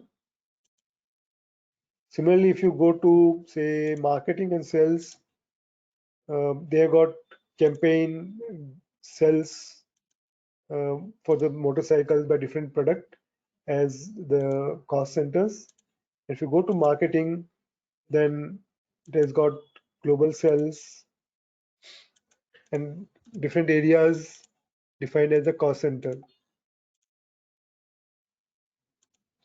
If you click on any one of this, it will open up the cost center. So this is the cost center number. You can define the date which will be valid for this cost center.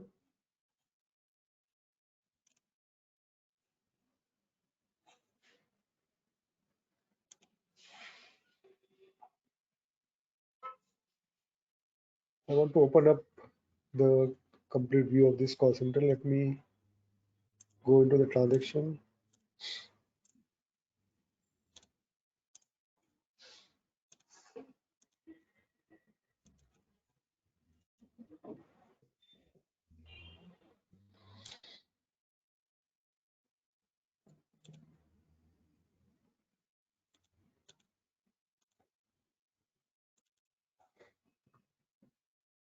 So cost center 1110 is the same one, but I'm opening it in a larger screen.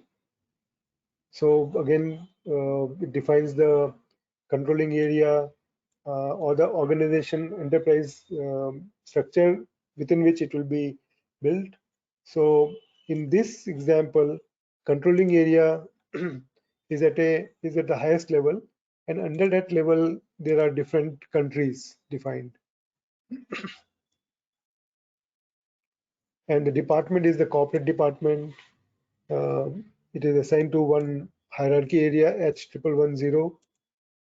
H1110 it is assigned. And the currency is euro. It is assigned to a profit center, so that the cost of this cost center, whatever is posted on this cost center, goes to this profit center called administration. There are some of these controls available here. Rest all the fields are not that important, but most important fields are this. So the cost center category, you can define and control various cost centers. You can also build some logic with using this cost center category. And the functional area and the business area can be defined, to which this cost center is related. Okay, so what we have done so far, we started with understanding of SAP. We understood the technology, understood how HANA is different than the non-HANA systems.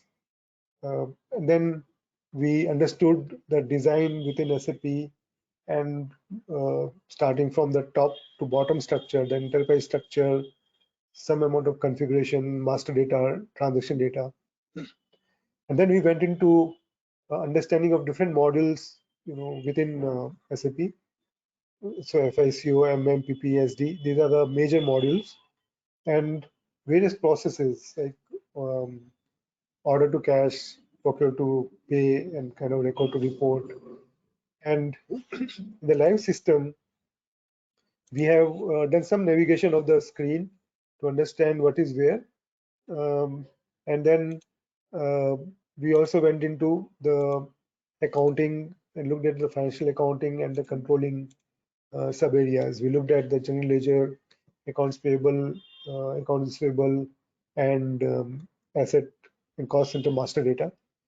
We also looked at account. We saw how the sub ledger posts to the general ledger, and we also looked at the financial statement. So tomorrow we will continue from here. We'll go forward from whatever we have learned today. So it will be more into FI.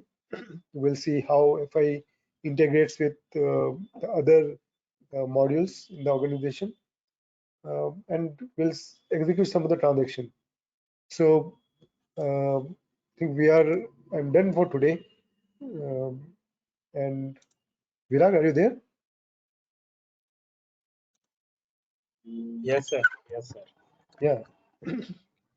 Sir, thank you so much, sir, for this fantastic session.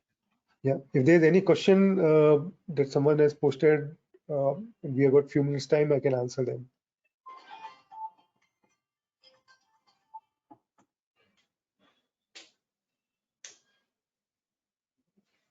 A question.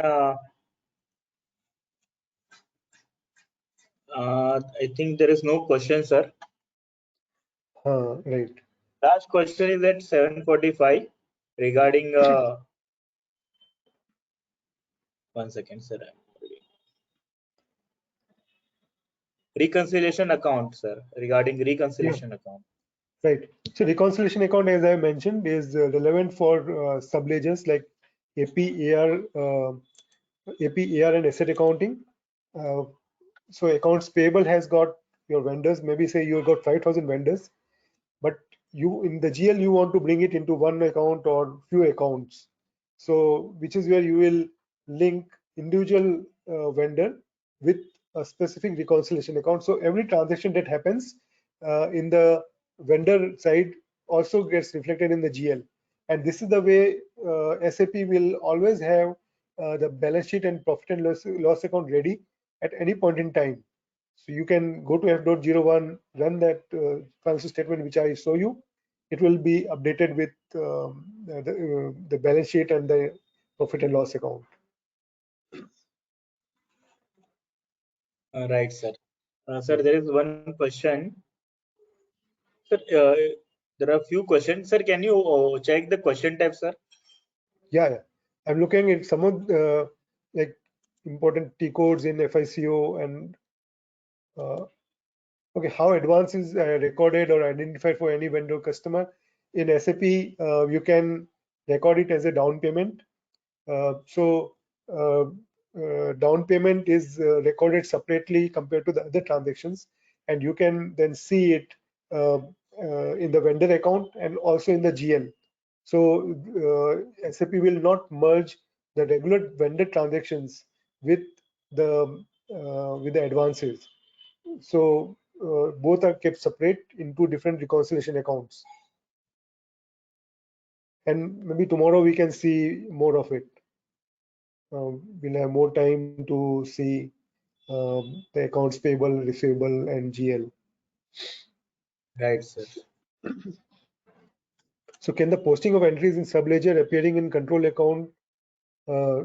So actually, this is just a technology. It's not that it gets duplicated. It's kind of views that gets created. So it is not that SAP is posting the same document twice. It's just the way technology works. Whether the controlling area is above company code or below, it is always above the company code. You may have one company code linked to one controlling area, or you can have multiple company code linked to one controlling area. It is also possible to have multiple controlling area and multiple company code. It all depends on your organization, the way you want to control your organization, you can design it.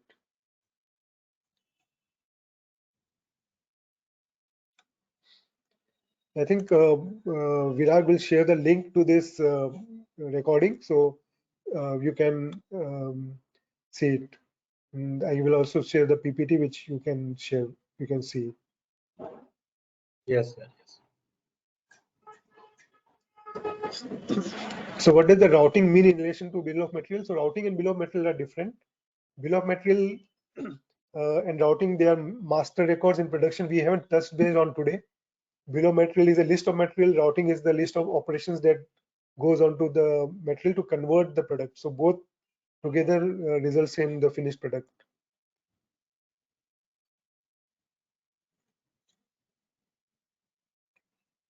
No, so the WBS accounting, no, we are not going to get into WBS accounting, which is part of the project systems module. Kindly elaborate the business area and functional area.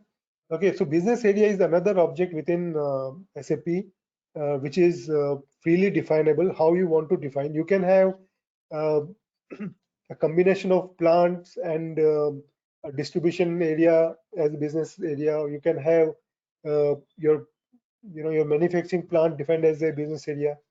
So basically, if you would like to have within your organization a combination where you want to generate P&L and balance sheet, then you can define a business area. Now business area is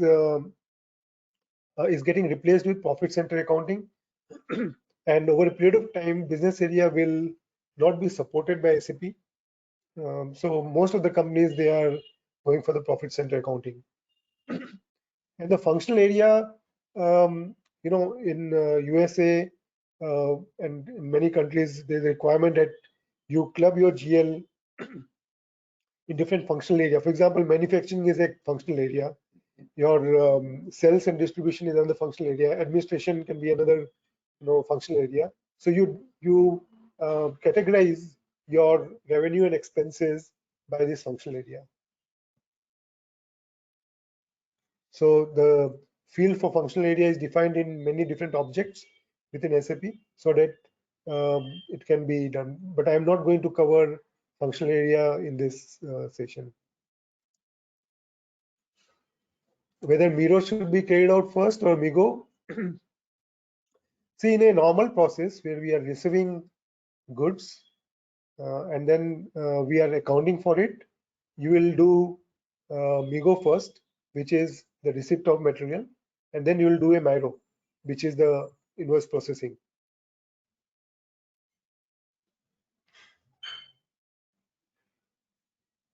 So throw some lights on GRIR, whether it is auto close. So tomorrow we will look at some of these integration items.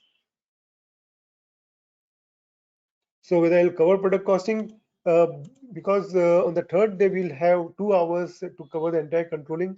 I will try to see how much of product costing can I cover, but at least I will give you a pretty good insight into product costing.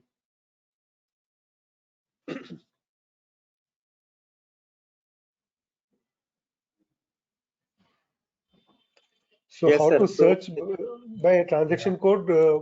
So you have to just type a transaction code here, but you should know the transaction code. Over a period of time, we learn the transaction code by working in SAP. So FS10N I know is if I want to display a GL account, so I can display GL accounts. Similarly, there are large number of transaction codes in SAP. You may not learn it by heart. You can also go by the by this menu. Okay, but yeah, there are a lot of other topics for which you are asking the questions. We'll cover it in the next 2 days.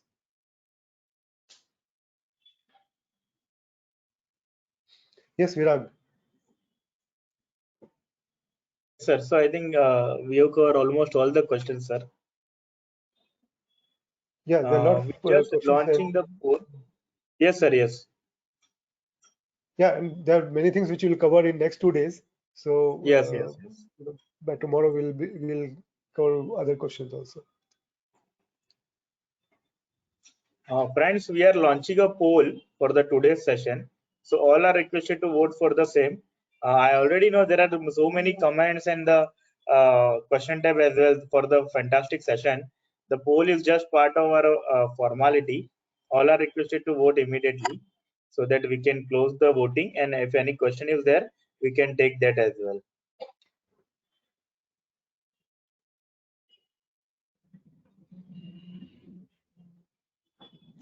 Friends, we already got more than 65% voting. So few remaining participants are requested to vote immediately so that we can close the voting.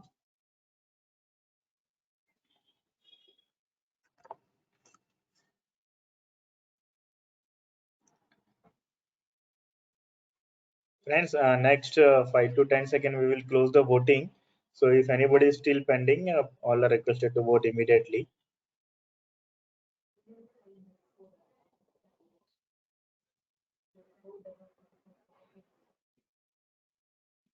So thank you so much, friends, for your rating and voting. A fantastic session by sir. More than 80% is telling that it's a excellent session and they learn a lot in today's session. So thank you so much, sir. All the credit to you, sir.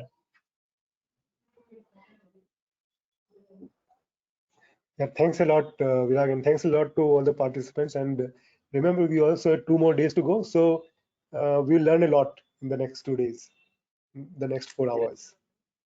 And looking forward to all of your participation in the next 2 days. Absolutely, sir. Absolutely. So thank you so much once again, all the friends and all the participants for this very interactive webinar. With this, we are concluding today's session and we'll meet tomorrow sharp at 6 o'clock.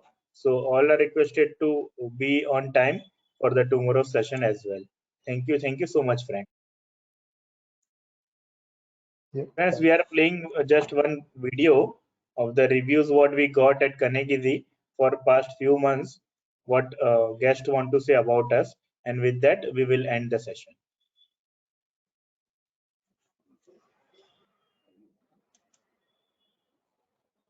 Here, and I can say that I have met Virag since last 4 years. A person with passion, a person whatever he thinks he does, he works hard, and a man with a vision, and a person who thinks out of box. So with those words towards Virag, let me come towards Institute and Chartered Accountancy course of which you are members. Thank you so much, Virag Bhai, who's been the pioneer who's the organizer of this fantastic concept, this series.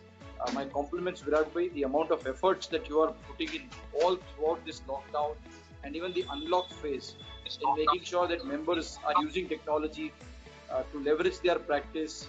They are able to understand what are the nuances of technology, how they can improve their own working. And I think not just on technology, all your sessions that you are focused on, maybe enhancement of knowledge, technical topics, or some special series where I had the privilege of being, where you had specially able chartered accountants who were guests and you were taken their interview, had a very good interaction. I think you're doing a great motivational work, Virag bhai. My heartiest compliments and congratulations to you.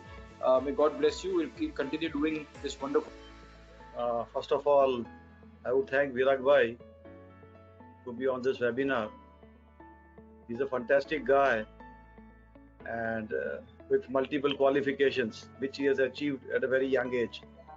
One more thing, what I would like to highlight over here is that Virag lost one of his limbs when he was just 16 years old. And the level of efforts what he has put in to reach at this level is highly commendable. And I salute to this guy for reaching such heights. And he's an inspiration to such people who have either lost their limbs or who are disabled. So he's an inspiration for all.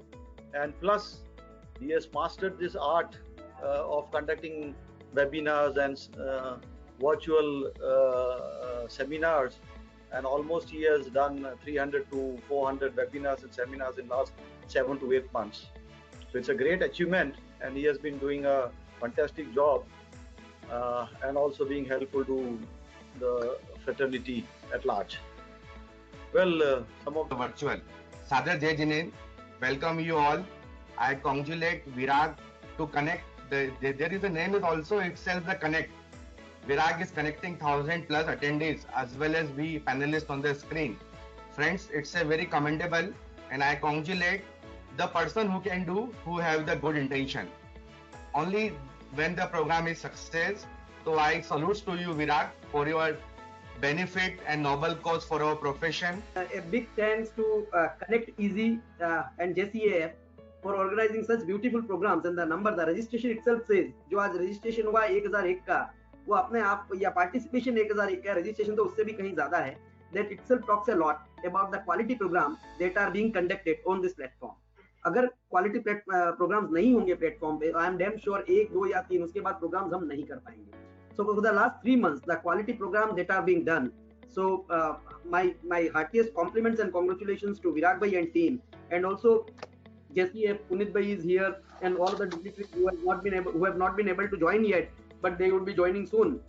Santilal ji Kochar sahab, I know him very well, and the kind of energy that he carries with him, that is inspirational, I would say.